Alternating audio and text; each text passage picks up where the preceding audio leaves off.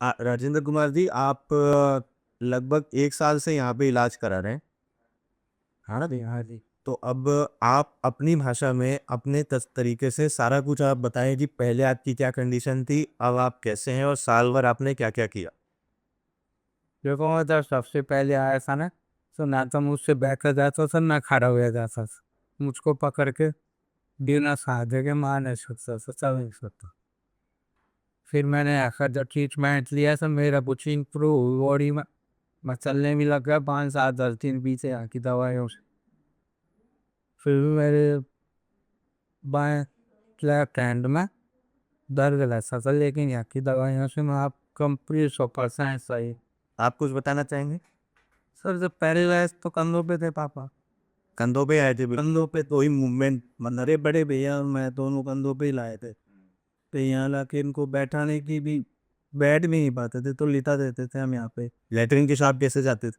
हम ही लेकर जाते थे, तब भी बवा देते थे तो हम। अब आते थे, स्वयं खड़े हो सकते हो? यहाँ से वहाँ चल के दिखाइए एक बार, थोड़ा धीरे धीरे आराम से यहाँ से वहाँ पे स्टेप। ये मैं 4 5 किलोमीटर तक हुआ ऐसे अब तो। तो अब आपको सहारे की भी जरूरत नहीं है, मैं आराम से धीरे धीरे पहले तो हाथ ही कौन जोड़ सका था मेरा। अच्छा, मैंने यहाँ पर एक्स्ट्रा करा है तो यूँ हाथ अलग हुआ है सो हाथ। हाँ। यूँ हाथ ही कौन लगा सको मेरे, इतनी बहुत ऐसा नहीं खाता। चलिए, बहुत अच्छी बात है।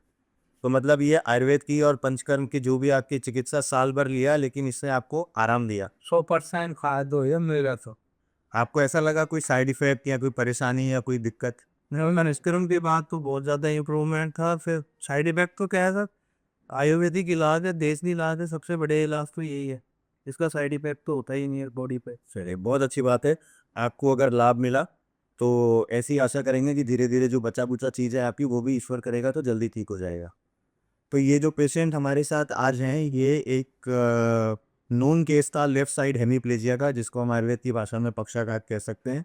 ब्रेन स्ट्रोक इन्हें जो है हुआ था, 1 साल से यहाँ पे इलाज ले रहे हैं, जिसमें शुरुआत के दिनों में इनमें पंचकर्म हुआ था, जिसमें विभिन्न क्रियाएं, जिसमें पत्र पोटली मसाज, बस्ती कर्म, अभ्यंग, स्वेदन, शिरोधारा, ये तमाम चीज़ें क्रम से इनकी हुई थी। उसके बाद 1 साल तक आभ्यंतर औषधि ली है।